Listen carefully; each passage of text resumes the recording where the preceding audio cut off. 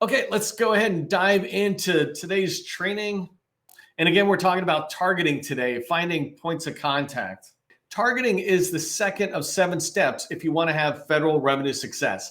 It really is this straightforward of a process. When you think about how can you succeed in the federal government, you research your agency, you build a list of people that you want to reach out to, which is what we're talking about today, targeting, and then you call them up and you try to get some meetings in order to develop strategic relationships, which will lead to slam dunk opportunities going into your pipeline. Those are opportunities you're pretty guaranteed to win, all things being equal, right? And when you have slam dunk opportunities in your pipeline, the proposal side of your business is able to churn out not just proposals, but winning proposals. Those are the type of proposals KOs or contracting officers look at and they're like, golly, I wish I could award to this company. And they might have 2 or 3 winning proposals, right? So it might be a tough decision compared to getting a proposal from you where they say, yeah, thanks for submitting it. No, right? And so we want you to submit winning proposals, and that will lead to federal sales, federal revenue. And that's what we're going to talk about today. We're going to be talking about what targeting is, why you should do it. It's really important to think about any of these process activities in anything that you're doing, but in particular, what I'm teaching you, understand the why behind it, because it makes it so much easier to get energy behind learning the skill and developing that skill into a habit. So I'm going to talk about why to do targeting, when you should be doing targeting, when in the overall process, your sales process, who are you going to exactly target? When I say targeting and creating a target list, who really am I talking about? And then the last thing I'm going to wrap up with is the meatiest part, right? Is where and how you can do the targeting. Really, how you do the targeting is basically where. So I'll put those together in the same slide, and we're going to dive into that, talking about it. If you don't know who I am, my name is Neil McDonald. I want to welcome you to the federal sales training, where I provide tips for success in the federal market. I spent 20 years as a small business owner, and then in 2018 started the GovCon Chamber of Commerce. And since then, I've been teaching people like you that government contracting is not a secret. It's just a process. A process goes A to Z, or research to sales. And when you follow the process, you're going to have repeatable, predictable results. And that's what I want for you and for your business. Do me a favor, in the chat, put your company name, put your core competency, 2 or 3 words. I was just talking to a new customer this morning about what they do, and they do data management. I loved it. Like, we were talking about these different things, and they said data management. I'm like, that's perfect, because data management, the reason I want you to put it in chat is it sinks into my head. And when I'm dealing with other people and they say something or have a need around data or an opportunity around data, I'm going to remember her. I'm going to say, oh, she does data management. I don't know the depth of what her company does, but the core competency can be described in 2 or 3 words. In her case, data management. And so put that in. It's really important to help people do that. Let others know if you're open to connecting on LinkedIn. If you're a second connection to me, I'm definitely going to reach out and connect with you. I'm assuming you're on LinkedIn and this is a networking platform. So let's network, let's connect, and let others know that you're going to do that. The last thing is to let me know. I'm going to be talking about targeting today, and targeting really is about going after a federal agency. What is your primary agency? That's what I'd like you to put in the chat. If you're not driving, right? Put it into the chat or the comments. Just let me know what your target agency is. It'll be interesting for me to look at those results, but it'll also be interesting for you to see the results of other people. You might see 2 or 3 people saying, hey, I'm going after the Army, and you can come together. Hey, let's take this offline and talk about the Army. All right. If you can't tell, I move at a fire hose pace. I got a lot of information I want to share, and I keep it to a 30-minute window. So let's dive into this, starting with what is targeting as it relates to federal sales and the 7-step process that I teach. Fundamentally, it really is building a list of 1 to 200 people's names, right? It's names, phone numbers, and emails. That's the definition of done for a target list, a targeting list, right? Is names, phone numbers, and emails. If you don't have all 3, you haven't built your lead list. It takes work sometimes, and I'm going to show you how to find that information. But you really want to have 1 to 200 people out there. I've done a lot of previous training on targeting and approaching it for different ways, and you can go back and watch that. But I talk about once you get 1 or 200 names, you want to keep your target list always at 100. That way, if you find yourself going down to 75 because you just called 25 people, just next week add 25 more back in. Targeting is identifying the right people to contact. So I'm going to tell you who they are in another slide, but basically you're trying to find the right people to contact. Before you can outreach to anybody, you need to know who those right people are. And so they're federal buyers, right? These are federal buyers who will let you in the door, talk about their agency, talk about their needs, et cetera, or introduce you to somebody else. They might not talk about anything, but they might introduce you to somebody else. There are also stakeholders at large and small government contracting firms, people you might want to team with, people you might want to just build a relationship with, because like I said, you're going after the Army. So targeting is building a list around a common agency. That's why I asked you, what's your target agency? A common agency, and then finding people who are both government and industry personnel. So that's what is targeting. Here's why you should be doing targeting. What I really want you to remember. First off, the biggest thing to remember is that buyers aren't going to come to you. You shouldn't expect them to come to you, right? You need to go out and knock on their door. Now, admittedly, I teach visibility and how important it is to be visible if the buyers are looking for you, but don't expect buyers to come to you. It's our job to go to the buyer, right? And so we want to do targeting by identifying who those people are. When you do targeting and you have that list of 100 to 200 people, you know who you're going to sell to, right? And I'll talk in a minute about it's a marketing plan, but this idea of knowing who you're going to sell to and exactly who you're going to call. When you have a target list, you don't wing it anymore, right? And that's what I put in bullet number 4. You'll stop winging your federal sales efforts. And really think about this, right? When you're coming in every day, you're starting your day or your week, what is your sales plan, your activity that's going in? Do you say to yourself that I'm going to spend this amount of time each day calling this amount of new people, right? Forget about all the other activity you have in your day. This targeting part is about calling new people and bringing new people into your world, networking, building relationships, et cetera. And are you winging it right now? Or are you following a really specific plan? Well, when you do targeting, you're going to start following a marketing plan. Even if that targeting effort you do is similar to how I do it, where I just use a spreadsheet and I have names, numbers, and emails. That's a marketing plan. It's a marketing plan because it tells me what agency I'm going after, the Army, right? It tells me who I'm going to reach out to. I have a marketing plan that says, this is my plan to get into the Army. I'm calling these people.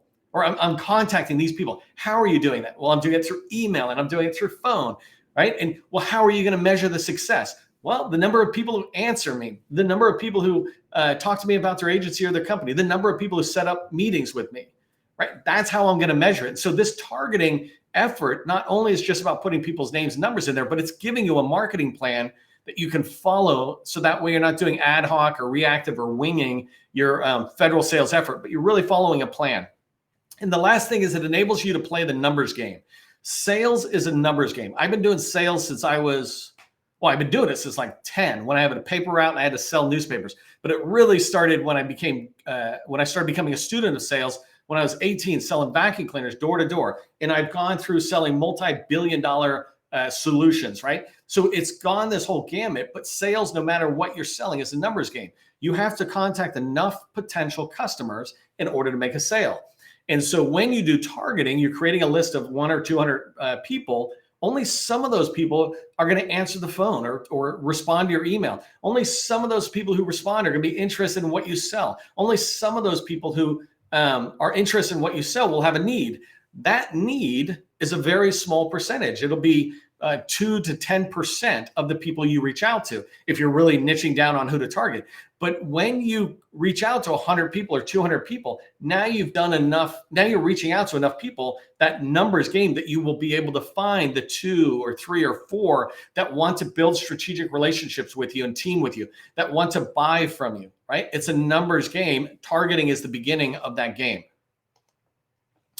So let's talk about when you should be doing targeting. Targeting in federal sales really is, when you think about it, it's when you're trying to do business development into a new agency, right? Generally, you're not doing targeting as it relates to capture, because capture is a single opportunity and you're probably looking at 20 or less people that would have anything to do with that. All right, you might go a little bit more, but generally targeting is a business development activity. I want to go into the Army, so let me find 100 to 200 names of people and numbers and emails that I can reach out to, right? So before you do any kind of major effort, you go in. I have a workshop, and in our workshop, we help people do exactly that. And while we're doing that, we teach them the process and we tell them, you follow this process, you will now be able to go over to the Navy, Department of Education, et cetera, following the process. In my workshop, I just help them, right? We accelerate the process. But what I'm teaching you is exactly what I teach them. So just follow this. If you're not working with me, just follow what I teach you and you will have the same success. If you want to push into a large prime, we had a customer that wanted to push into a large prime like Booz Allen, and we were able to do targeting where we had 100 to 200 names that were Booz Allen people. These are good people to reach out to. I'll put it in perspective. Boeing, as an example, has 14,000 buyers. When you look at a large business, if you're really trying to go in there, you can do targeting and find 1 to 200 people who begin to become your entry points into that large prime so that you can do something in there. And the third one, last one here on when you should do targeting, you should do targeting when you're trying to find strategic partners that are small businesses. An example is if you're a woman-owned small business, like this person I was talking about this morning who does data management, I was suggesting that they might want to team up with an 8A firm because 8A firms, or she's not an 8A, so she could get access to any 8A, direct awards or stars 3, things like that. And I said, well, you want to build a list of 1 to 200 8A firms and then begin to reach out to them to find the ones that work for you. And so she would do that, in my opinion, going to stars 3 contract holders. There's 5,000 8A firms. There's 1,200 stars 3 contract holders. I would look in there. And in fact, what I would tell her is just start with women-owned 8A firms that are stars 3, because there's another common connection there that maybe you guys can do as you team up, et cetera. But when you want to reach out and find small business teaming partners or strategic partners that you might potentially work with in the future, targeting is that's an ideal time to do targeting. Okay, so who should you be doing targeting with? And here I broke down the who into these 3 main groups of people. I don't know if you've heard me do different training where I say there's 3 ways you can make money. You can make money in the federal government. You can make money subcontracting under a small business. You can make money as a prime contractor with federal agencies, and you can make money as a subcontractor under large prime vendors. That's why when I make lists, I tend to group them that way because they are 3 distinct stakeholder groups to me.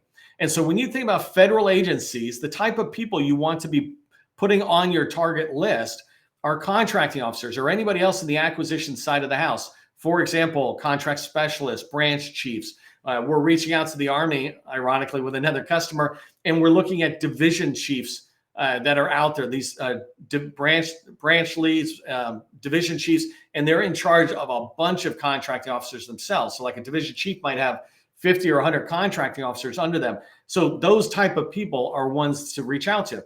This Army organization we're reaching out to, we had I think it was at least 10 or 12 division chiefs alone, right? So those kind of people, I might be able to reach in and follow down and find 100 or 200 contracting officers if that's what I wanted, right? You want to make sure they're focused on who you need around your core competency.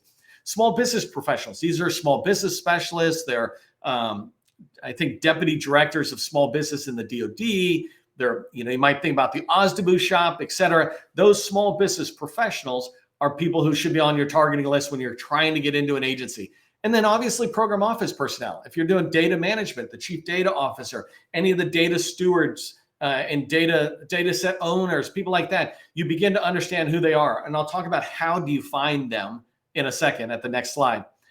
So in small businesses, these are pretty straightforward because small businesses tend to have a smaller group of people, right? 100 people on a high side, but usually you might be looking at 20 people or less for the majority of the small businesses out there. And so you want to, the number one person you want to reach out to is a small business owner, especially if you are a small business owner doing this targeting activity and outreach.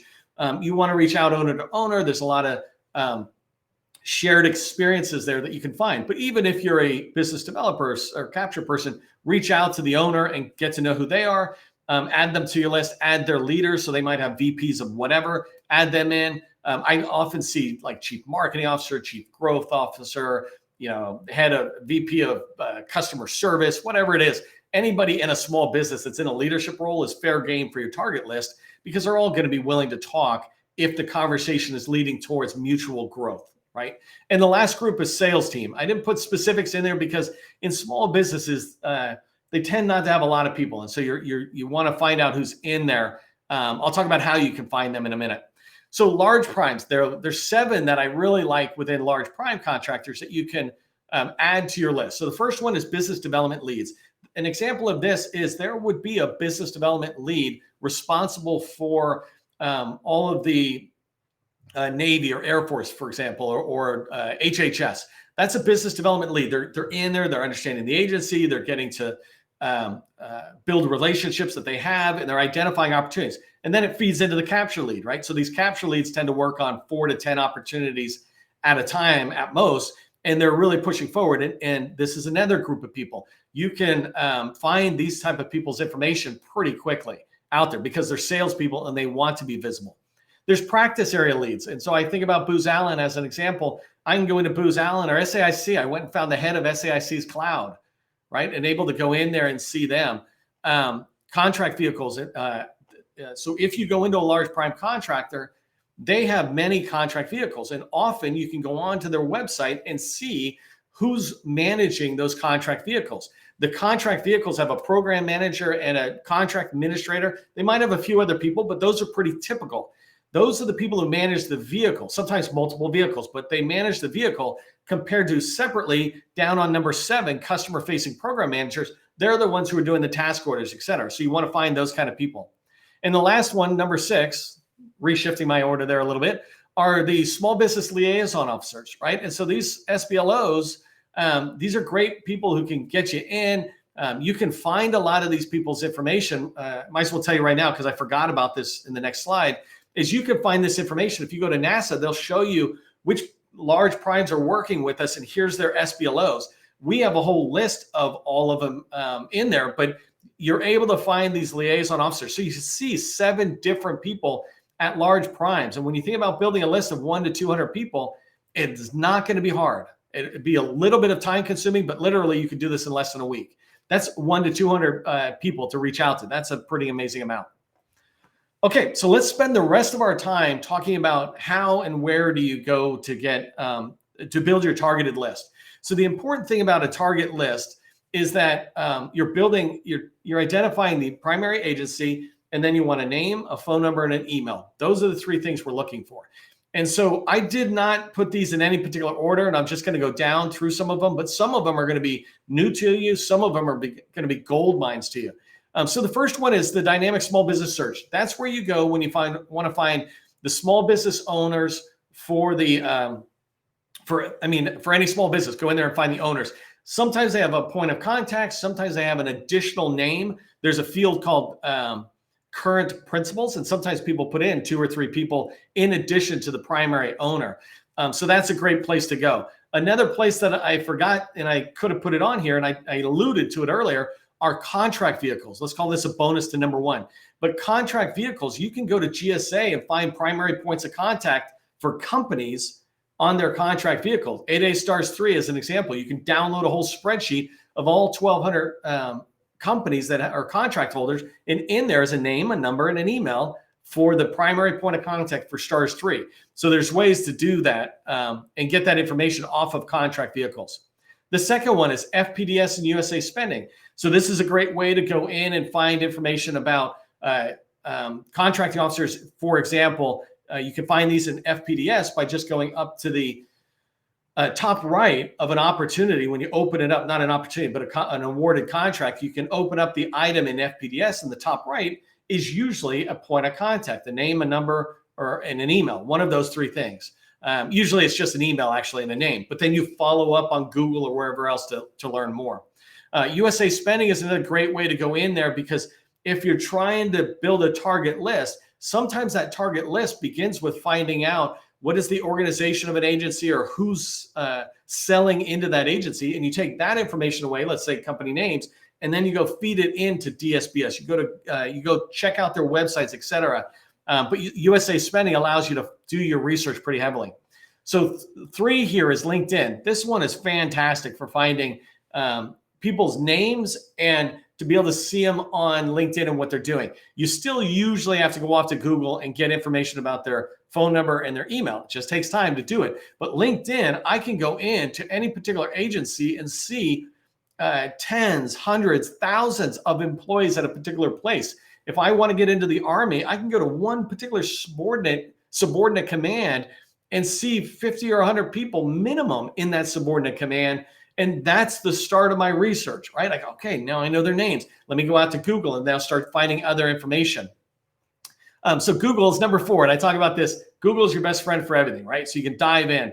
Number 5, though, is GovTribe.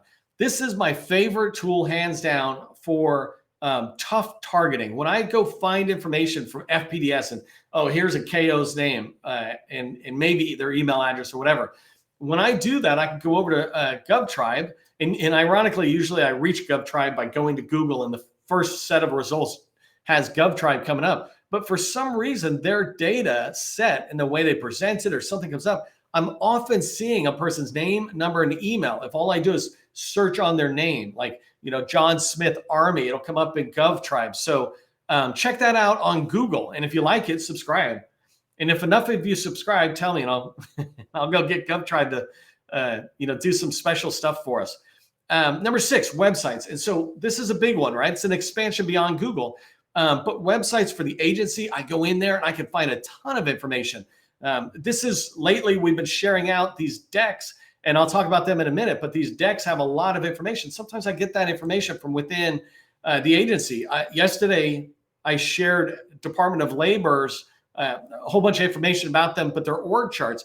And it showed me an org chart for the OCIO, the Office of Chief Information Officer. So there I had like 20 or 30 people in there. It only had names, no emails or phone numbers, but that's fine. I didn't even know who they were. So I'm able to pull them out, put them into my spreadsheet and say, okay, I'm going to go after them. Businesses, this is like Booz Allen or some small business. You can go in there and you can often find names, numbers, and emails. When I talked earlier about contract vehicle program managers or contract administrators, that's on Booz Allen and GDIT and Boeing's website. You can go in there and find that information. And last one I had here for websites is the GovCon Chamber of Commerce. We have done so much content over the last 5 years, and a big part of our focus when we share content is making sure that we're giving you people's names, numbers, and emails. We'll put org charts in there. Often we'll put org charts with names, numbers, and emails and a LinkedIn connection to their profile. Ton of stuff in there. So make sure you're browsing through the website. And by the way, make sure you're coming back again and again over the next week, because we're about to refresh it into kind of a new look and feel. No big fanfare, but if you're here today, check it out. Number 7, 8, 9, these are all SBA points of contact, Small Business Administration. So PCRs are a great group of people to get information. I have somebody who gave me a whole bunch of new Air Force contacts for us to add to our small business directory because they talked to a PCR and the PCR gave it to them. PCRs are responsible with interacting with certain agencies, and in particular, the contracting officer. So that's a great person to talk to, saying, do you know people? Do you have a list of numbers I can call, et cetera? SBA district or business opportunity specialists, they're in the district office as well. But the bosses are great advocates and work with all the 8As that are out there, but they're also available to the rest of us. And they know a lot of the agencies because they work with agencies constantly to approve 8A sole source contracts, et cetera. They know a lot of buyers. When you're trying to build a list of buyers at the Army, go find the business opportunity specialist near the Army or the PCR. And the SBA district office just has more of these professionals. PTAC and Apex Accelerator, they're renamed now. They're a great advocate as well. They interact a lot. Industry briefing decks and attendee lists. This is a big one. I'm just tracking my time here. Make sure you search. If you're trying to go after the Army, and that's my agency for today, if you're trying to go after the Army, go look for industry briefing decks from a previous event. They just did one a couple of months ago. They did one at the beginning of the year. They did a couple last year. Go find them. By the way, it doesn't matter if it's 2 or 3 years old. The government doesn't change that fast. A lot of their data is still relevant after 2, 5, 10 years even. But go find those industry decks. Another thing you can do is look for industry days where, and usually those are put into SAM is a great way to look for them. But often they'll come back after the fact and they'll update the briefing deck and they'll update an attendee list. And so if you're trying to find businesses, teaming partners that are getting into the Army, especially as it relates to a particular industry, not just generic, but maybe on IT or construction, you'll see an attendee list of 100 or 200 or 300 people who are all signed up, and it's names, numbers, and emails, or at least names and emails in their company. So look at that for number 11. Number 12, again, on our website, we have a small business directory or a federal directory of small business professionals. This is over 1,000 names, numbers, and email addresses for people you want to reach out to, small business professionals in federal agencies, small business liaison officers in large primes. And I think we even have in there PTACs and PCRs and folks like that. So it's one place. It's a free directory on govconchamber.com. So go get that. That is a must-have one for you. So here's two really cool ones I think that you should be paying attention to. Number 13 is my profile. An example is every single day I'm sharing content. Yesterday I shared 22 names, numbers, and emails of small business professionals within the Department of Labor. I did that with the Navy a couple of times last week, and I did Department of State. We did a bunch, right? So the team keeps putting this stuff together, and I'm sharing it on my profile. You want to make sure you're following my profile and get that. So go to my profile. There's a bell on the top. If you haven't already, click on the bell so you're notified every day when I post something, generally about 8 o'clock in the morning. But that content is purely designed to be a tool for you in order for you to be able to get done what you want to get done faster. We do the research so you can do the calling. And last one is my favorite. It's the global address list. You only have access to this if you're already inside the wire, is what we say, right? But let's say you're working for the Department of Education. You're in there and you have email, right? So think about Microsoft Exchange or Outlook. You have email. If you pull up your email, you have an address book. When you have it on your own computer, it's just called an address book. When you have it inside of an agency or a company, it's called a global address list. Global address list has everybody who's in Department of Homeland Security or Department of Education. When you go in there, you can find people's names, numbers, and emails. Do not go in there and grab stuff, pull it out, and spam, because you will be found out.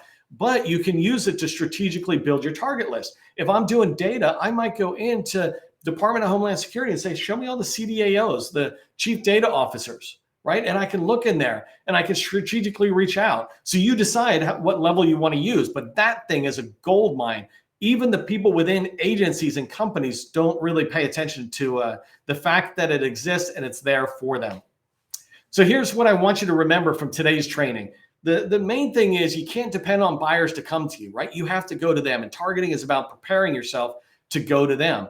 I want you to pick one agency. Just try this with one agency and build a list of 200 people and then get names, numbers, and emails. If you do this, then you can call people, just 10 people a day, cold calling, right? And 8 of them won't even answer the phone, 9 of them. So you just leave a voicemail, but you can call 10 people a day, 50 people a week. You can be through those 200 people in 4 weeks. Potentially you just reached out to 200 new people. When is the last time you reached out to 200 people ever?